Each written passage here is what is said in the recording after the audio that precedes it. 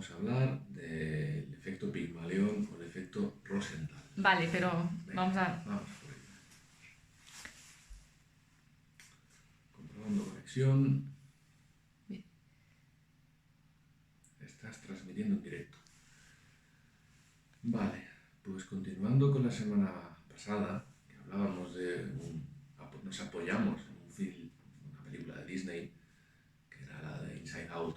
Vamos a utilizar otra película de Disney, antigua en este caso, para hablar de un efecto muy, muy bonito, muy utilizado en la educación y muy desarrollado en psicología, que es el efecto Rosenthal o el efecto Pigmalión, la profecía autocumplidora.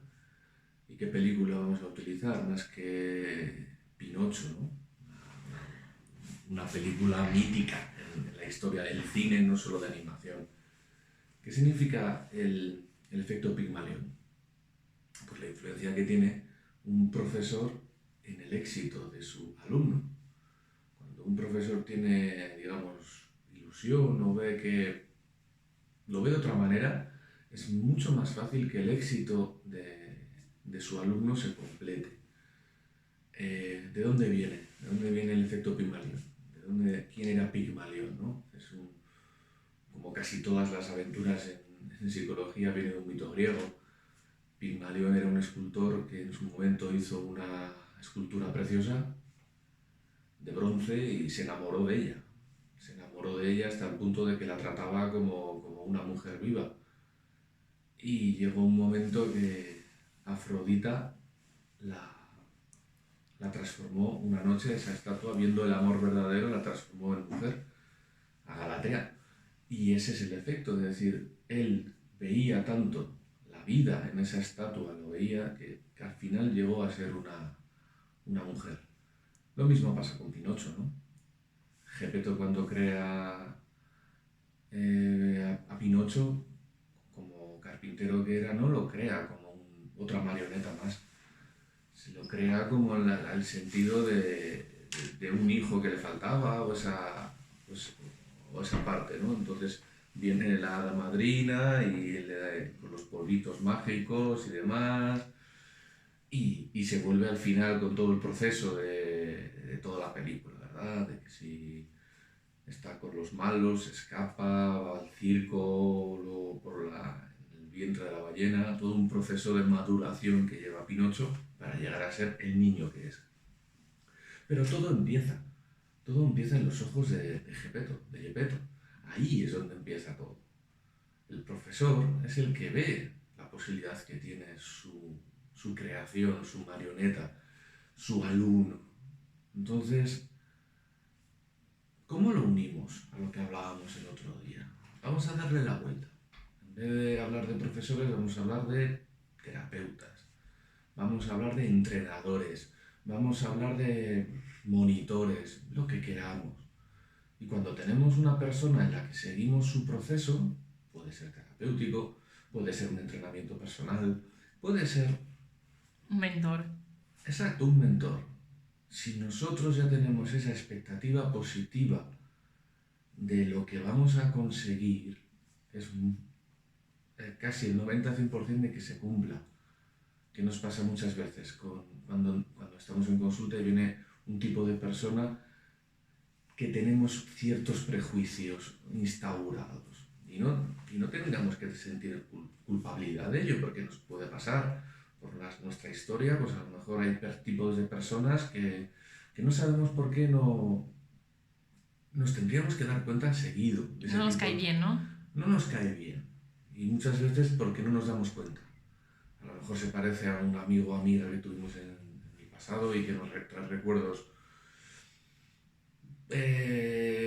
La ropa que traía, el olor, cualquier cosa, y nos produce ese tipo de prejuicio. Eso es un trabajo importantísimo que tenemos que realizar, analizarnos. Si se ha producido esa pequeña alarma y si vemos que no somos capaces de solventarla, derivar o no alargar el proceso. Es que es importantísimo. O sea, en este caso, el terapeuta tiene que darse cuenta de que la persona no le ha caído bien, sería más o menos eso, ¿no? Sí, Vale. hablando llanamente es eso. Pero es que eso va a perjudicar el proceso en el que vamos a seguir. Vale. Claro, de repente tenemos una herramienta fantástica. Fantástica de actuación. Somos unos terapeutas fantásticos. Pero yo me crié, por ejemplo, en un entorno pobre donde había un olor a comida muy fuerte y viene una persona que trae ese mismo olor a comida en mi consulta 20 años después. Mi cabeza va a rechazar ese pasado. Es una tontería lo que acabo de decir, pero es un proceso que se produce dentro de nosotros y tenemos que ser conscientes de ello, sobre todo en sentidos, no olvidemos, tan básicos como el olfato, que nos retrotraen emociones muy antiguas. Muy importante.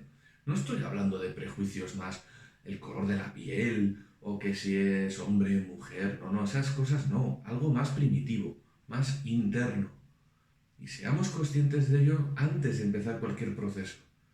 La semana pasada hablaba del tema de vaciarnos para poder trabajar con personas.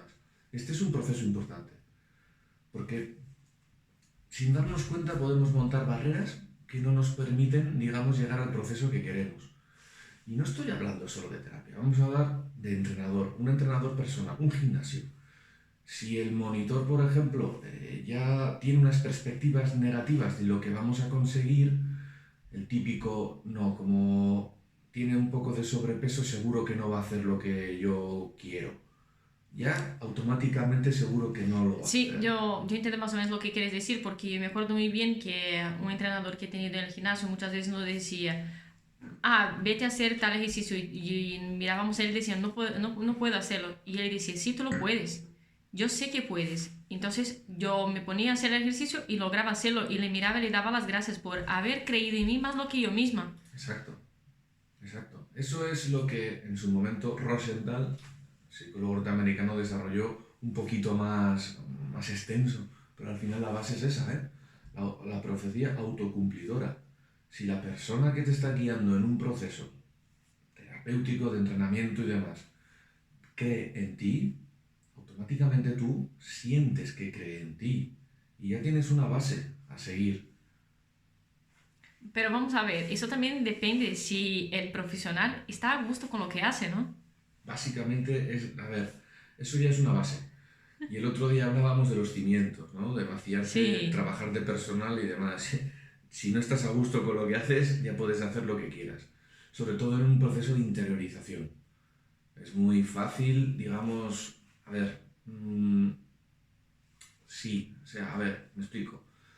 En un proceso de interiorización para disfrutar de lo que haces, porque en nuestro trabajo, el estrés que generas y la tensión que llegas a acumular pueden hacer que sufras más de lo que llevas y te llevas cosas a casa que no son tuyas.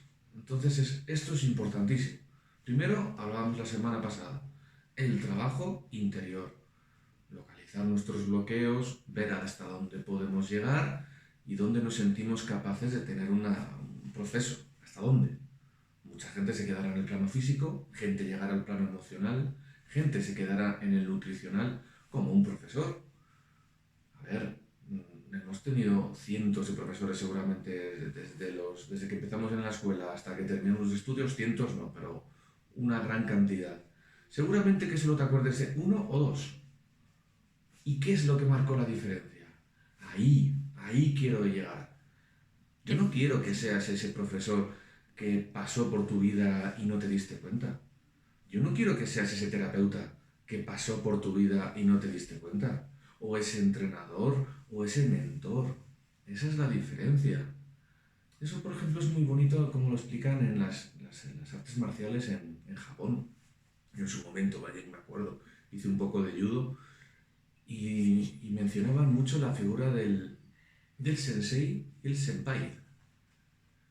El sensei es tu maestro y solo hay uno. Senpai son formadores y hay cientos. Puede ser un compañero, puede ser un grado más alto, pero solo tendrás un sensei. Y es verdad, al final depende, a ver, los procesos de la vida no se hacen mil vueltas y demás, pero siempre tendrás el recuerdo de esa persona de cuando tenías 8, 10, 12, 14 años que te inspiró ese punto. ¿Y por qué nos metemos en un ámbito educativo? A lo mejor era una persona cuando jugabas algún deporte en el colegio que te guió y que te inspiró, o ese sitio al que ibas a menudo, ya pueda ser una tienda de comestibles en la que tenías en casa o cerca o lo que sea, esa persona que te ha dado esa chispa, esa es la profecía autocumplidora. Cuando la estudias un poquito a nivel, digamos, formal, siempre estamos hablando ¿no? de profesores, demás. Vámonos a ese muñeco de madera. Vámonos a Pinocho. Que por cierto, que en italiano es más bonito todavía. Pinocchio. ¿El Pinocchio qué es? Ojo de pino. Es que tiene su juego, ¿no? El pino qué es, al final. Es una madera dura, verde, tiene mucha vida, necesitas secarla mucho y hace un muñeco con ese tipo de madera y matices a ese ojo. Ese ojo de madera tenía vida. Y desde que lo está haciendo, Geppetto ya ve la vida en Pinocho. Realmente Pinocho, o sea, Geppetto no necesitaba que viniese cualquier hada madrina a darle vida. Él ya la veía. Y esa es la diferencia. Que luego Pinocho tenga que rehacer un trayecto de vida terrible. Bueno, terrible. Alguna fiesta ya se corre y un poco de culpa suya ya tiene. Menos mal que tenía un pequeño grillito por ahí. ¿Eh? Nos reíamos el otro día con la canción Dame un silbidito, ¿verdad? Pero Sí. es cierto. O sea, al final es ese proceso de Pinocho hacer esa vida, ¿no? Va a malas compañías, tal, tiene un problema que se vuelve burro, luego va al mar, entra en el vientre de la ballena. Es todo un renacer. Y eso es el proceso que seguimos. Pero ¿cuál era el profesor? El mentor. Por mucho que es caminos que pasa Pinocho durante su vida, solo hay un profesor, solo hay un mentor. No digo que seamos siempre el mentor de esa persona, pero nuestra expectativa, no la expectativa que tenemos sobre la persona, sino la que tenemos sobre nosotros, tiene que ser esa. Entonces, a partir de ahí sí que el trabajo será siempre mucho más fluido, tendremos una sensación de que estamos haciendo algo por alguien y no nos quedaremos en el hecho de la transferencia económica por un servicio. Es lo que bromeo, ¿no? Ser altruista por egoísmo. Ser altruista por egoísmo, exactamente, exactamente. Además estamos en un trabajo, ya sé que tengo un montón de compañeros que cuando hablas de la emoción te miran con la cara un poco, esto yo no me... Pero estamos en un trabajo, primero, muy emocionante, porque aunque no quieras, aunque seas, digamos, el terapeuta, y hablo desde mi campo, que puede ser un poco el que pueda conocer, cuando ya le provocas tensión o dolor a una persona por una manipulación, ya estás creando emoción. Siempre. Conclusión. Es emocionante. O sea, tenemos que hacer ese trabajo previo siempre. Esas expectativas autocumplidoras las tenemos que analizar y ver hasta dónde podemos llegar y dónde no podemos llegar. No estoy hablando de a lo mejor de hacer un trabajo de eso, de meditaciones, de tal, no.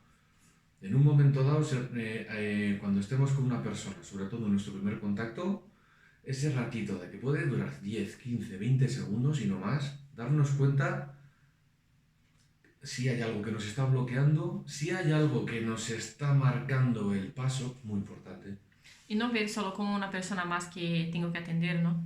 Exacto, exacto. Ahí es donde entra, ¿no? Tú ya me has escuchado mil veces la pelea que tengo yo con el concepto paciente, ¿no? Sí.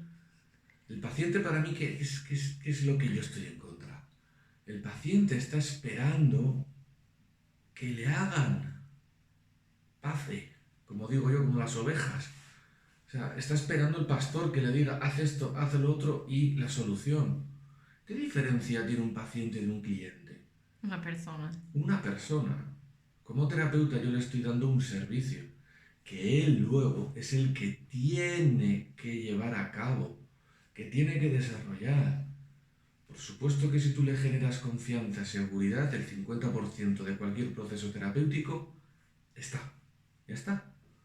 Luego ya tenemos que estar las dos personas, no uno encima de otro, eso nunca. A lo mejor en un momento dado hay que separarse un poco y ayudar a la persona a que crezca, Sí. pero siempre en un estado horizontal. Y eso también hace un poquito, si nos fijamos, siempre me gusta retornar a la película, a ver qué hace Pinocho. Geppetto sufre mucho cuando Pinocho se va, Sí. pero tampoco le pone tantas trabas para irse. Y luego le va a buscar cuando hay problemas, eso es cierto. Pero también, eso como terapeuta también tenemos que hacer. Si hay una persona, hay que también ayudarle, ¿eh? Pero no bloquear ese proceso. O sea, dejar a la persona crecer, vamos a decir así. Dejar a la persona crecer. Que es una de las bases de la profecía, ¿eh? Rosenthal comentaba eso también, es decir, hay que también saber cuál es nuestro papel. Que muchas veces, y yo otra vez vuelvo a hablar de lo mismo que hablaba la semana pasada, ese fantástico, súper grandísimo ego que podemos tener muchos, que nos hace siempre estar un poquito encima de nuestro cliente paciente y no le dejamos crecer y evolucionar, ¿no? Eso nos puede pasar. Que eso, como si somos profesores, educadores, nos va a pasar siempre. Porque nuestro objetivo siempre va a ser hacer crecer a la persona y que vaya, y que vuele por encima de nosotros. Es así. Sí, el profesor tiene esta figura, ¿no? De hacer el otro volar. Exacto. El otro día me acordaba de una frase que comentaba, yo vengo de una zona donde hay un montón de cocineros famosos y uno de ellos hablaba de que él empezó trabajando en el restaurante de su familia y él siempre dice, él empezó trabajando con su madre y con su tía y él decía que si él ha llegado alto es que estaba en hombros de gigantes y esa es la expresión. Nosotros como terapeutas, como formadores, como entrenadores, tenemos que ser gigantes. Gigantes en formación, gigantes en respeto, gigantes en humanidad, en emoción, como dices, ¿verdad?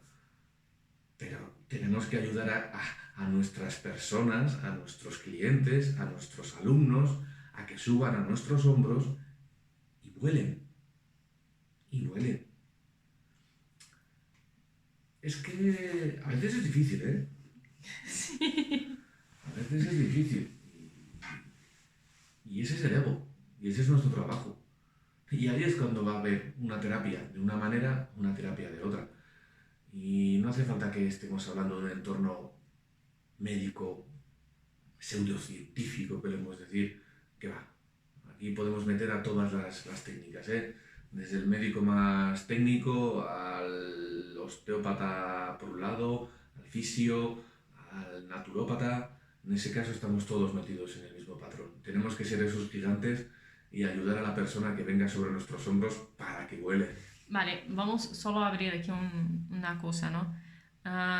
Otro día hablando con un amigo en el gimnasio, me comentó que está con un problema en el ojo derecho y también hemos identificado un problema en la rodilla izquierda. Pero de momento no quiere buscar un terapeuta. ¿Sabes por qué? Porque me dijo, Karini, ya he pasado por las manos de tanta gente que ahora solo de pensar que tengo que buscar otra persona y ponerme en sus manos no me hace gracia eso, así que prefiero esperar un poco más. Exacto. Siempre pasa eso. Al final, cada momento tiene su momento. Eso es muy importante también. Hay veces que, sobre todo por amistad o por cercanía, digamos, obligamos a alguien a ir donde una persona. Es que conozco un terapeuta, a alguien que es fantástico. Todo tiene un proceso. Cada uno tiene su tiempo, ¿no? Cada uno tiene su tiempo y sobre todo con estas cosas. Porque ya has hablado de un ojo. Un ojo, mira, cuántas implicaciones tienen a nivel físico, mecánico, emocional, o sea, es la ventana al mundo. Y si esa persona se ha sentido frustrada tantas veces, hay que dejar que esa frustración vaya. No hay que forzar esas cosas. Es sobre todo si queremos que tengan bases, si nuestro proceso que tengan bases. A ver, poner un parche podemos poner siempre. Poner una pequeña tirita se puede poner siempre. Esa persona seguramente utilice parches. Utilice parches cuando le duela mucho, tomará una pastilla para el dolor, cuando tenga una inflamación, tomará una pastilla para la inflamación y serán sus parches. Sí, pero claro, vamos a ver, él ya he tenido tantos problemas con terapeutas que ahora vamos a decir, está desenvolviendo más, vamos a decir, problemas, ¿no? Pero decide esperar y sufrir un poco más a tener que encontrar un otro profesional, porque ya tiene eso grabado en su mente de que, Sí, vale, me voy a otro y que no me va a resolver el problema, me va a taparlo de momento y que después volveré al mismo estado. Entonces, claro, está procrastinando resolver el problema porque cree que no encontrará una persona que sea capaz de ponerle, vamos a decir, en el hombro, como has mencionado, ¿no? sí, Hay sí. eso también. Yo aquí no sé si utilizaría la palabra procrastinar. ¿Por qué? Porque realmente yo creo que él realmente lo que ha hecho es, está sufriéndolo, no lo está dejando aparte, sino el sufrimiento que está viviendo ahora es soportable. También. Y ya está. Y tiene unos mecanismos de control para el sufrimiento que vive ahora. Cuando esos mecanismos de control ya no controlen ese dolor, ese sufrimiento que vive y que pueda ser perfectamente, porque es donde más nos solemos encontrar, ¿verdad? Cuando una persona activa, como me has comentado, porque será una persona activa seguramente, por Sí, ejemplo, le falla un pie sí. y ese pie le duela tanto al pisar que ya no pueda moverse. Esa es la alarma que dice el cerebro a ese cuerpo: "Tss, ahora tienes que pedir ayuda, ahora vete a pedir ayuda". Normalmente este buen hombre, esta buena persona seguramente es eso, haya tenido tantas frustraciones que no quiera sufrir otra. No, es eso. Entonces ya ha buscado sus mecanismos, su pastilla de vez en cuando, un poquito de ejercicio, tumbarse de este lado para que no le duela, afeitarse de una manera un poco particular porque el ojo no le funciona bien. Cuando esos mecanismos no funcionen, ahí, hombre, es humano. Yo prefiero no hacer eso, pero tampoco conozco su historia. Y hay que respetar también esas vivencias que tiene esa persona. Sí, por supuesto. Eso es importantísimo. Es siempre, a ver, nos acordamos siempre, volvemos a la película Pinocho. ¿Cuándo se acuerda Pinocho de Gepetto? Pues cuando ya se ha vuelto burro, está metido en una jaula y ya no sabe ni... Eso es lo que hacemos del ser humano, hasta que no estamos al máximo de nuestras fuerzas, de nuestras capacidades, no nos acordamos. Lo de Santa Bárbara, ¿verdad? Hasta que no truena, pues no nos vamos a acordar. Y es así, y es un poco así, pero tampoco debemos forzar y cada uno tiene su proceso. Es el famoso por qué de repente nos hemos apuntado un montón de eneros al gimnasio y lo hemos dejado un montón de febreros.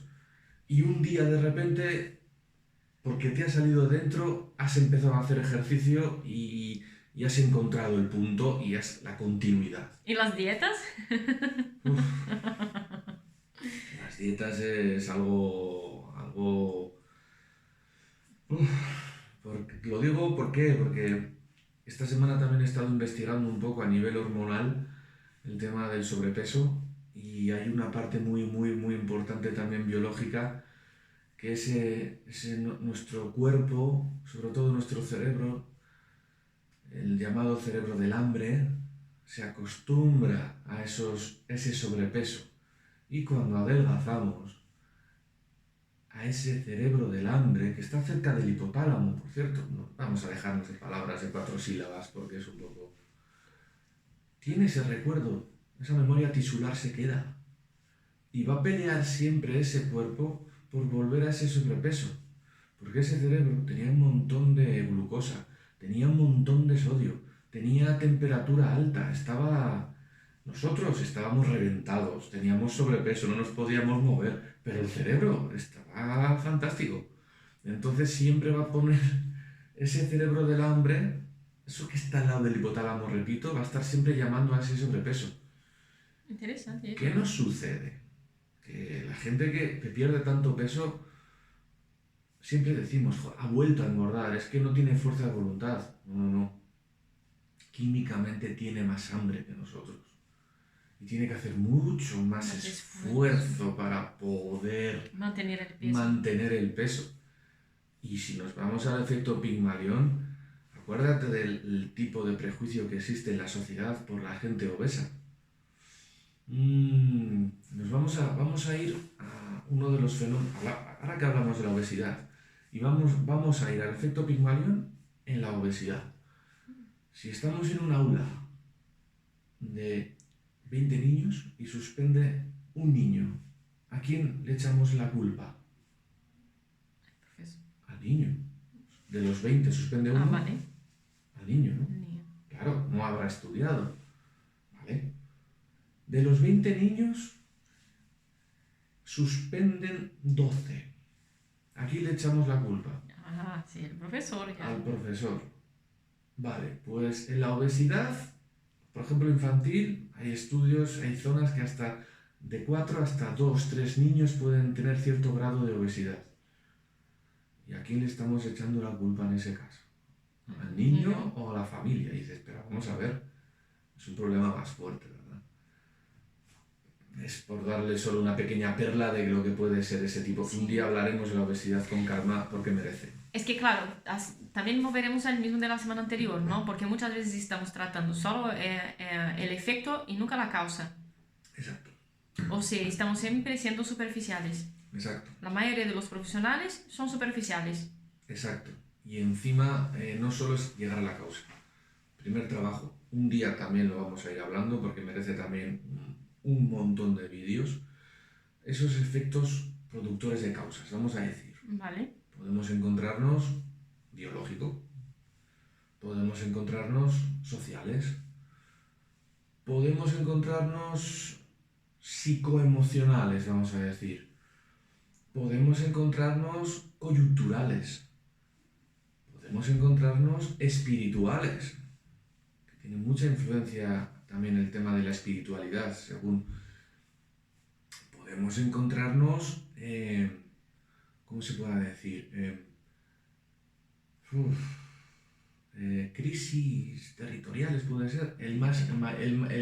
No recuerdo exactamente la palabra. Existencial, ¿no? No, un terremoto. Vale. Algo que no se pueda controlar, que viene de la naturaleza. Vale. Ahora que ha habido estos movimientos en Granada, ¿no?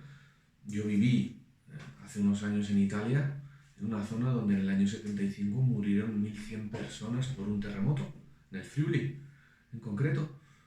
Y al de 40 años, casualmente, solo por casualmente, repito, el psiquiátrico más importante de Italia está allí, con la gente con más tratamiento de estrés y manejo de ansiedad, y casualmente el instituto de estudio de la diabetes más importante de Italia también está allí. ¿Es casualidad? Pues la verdad que no.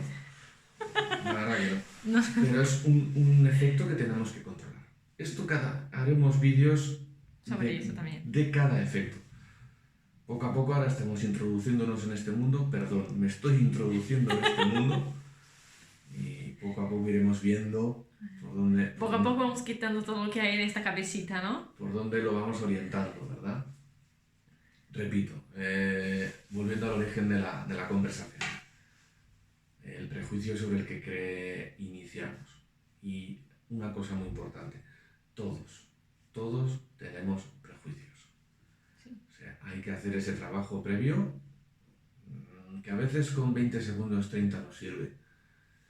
Y a partir de ahí empezar a trabajar. Y que no salte ese ego de querer siempre acaparar el éxito de nuestro cliente, de nuestro alumno, no sé. Muy importante. Yo tengo una amiga que suele decir que ella es profesora, ¿no? Que cuando sale de casa para dar clases, ella sale de casa con la intención de dar la mejor clase, porque si no es para hacer eso, no sale ni de casa, se queda en casa. Exacto. Imagínate lo que es plantarte delante de 20 caritas, 40 caritas, con sus dos correspondientes ojitos mirándote, si no tienes la sensación de que vas a dar la mejor clase. Es que al final estás funcionando sobre otros ejes. Estás funcionando sobre tu eje simpático parasimpático. Estás en estrés. Y esto al final tiene un coste. Y con el tema de la terapia, imagínate, cuando nosotros, como terapeutas, me da igual la especialidad que se desarrolle, cerramos la puerta por delante, detrás de nosotros con una persona que te está dando esa confianza, si no lo haces desde dentro a afuera, vas a sufrir mucho. Y el problema es que, como le ha pasado a tu amigo, esa persona tiene el problema ese de ha perdido la confianza. Sí, Ha perdido la confianza. Y eso es lo que sucede, ¿no? O sea, no por el hecho de que tengamos esta responsabilidad no vayamos a no, dejar sí, de eso hacerlo. es. Eso también, ¿eh? Que parece que me estoy poniendo alarmista, pero no es el caso.